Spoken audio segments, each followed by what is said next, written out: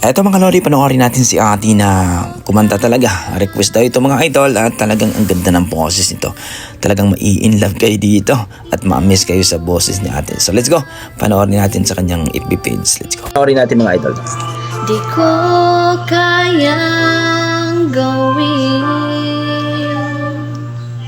Wow! Ikaw ay aking limutin. Oh! Kahit sinasaktan,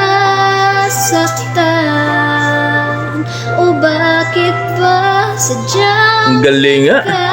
Linis! pa rin? Alam ng puso ko,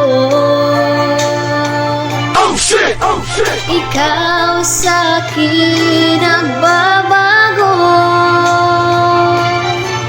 Ngunit ang damdamin kung bakit ba hindi niya maamin. Alipin ako na umiibig sa'yo. Bakit laging ikaw pa rin sa puso ko? Alipin ako nang iyakap mo't mga halik.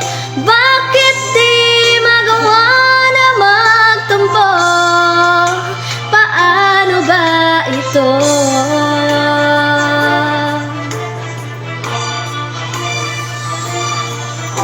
Alam ng puso ko, ikaw sa'kin nagbabago. Ngunit ang damdamin kung bakit ba hindi niya maamin. Alipin ako na umiibig sa'yo. Bakit laging ikaw pa rin sa puso ko? Alipin ako nang iyakap mo't mga halik. Bakit di magawa na magtampo? Paano ba ito?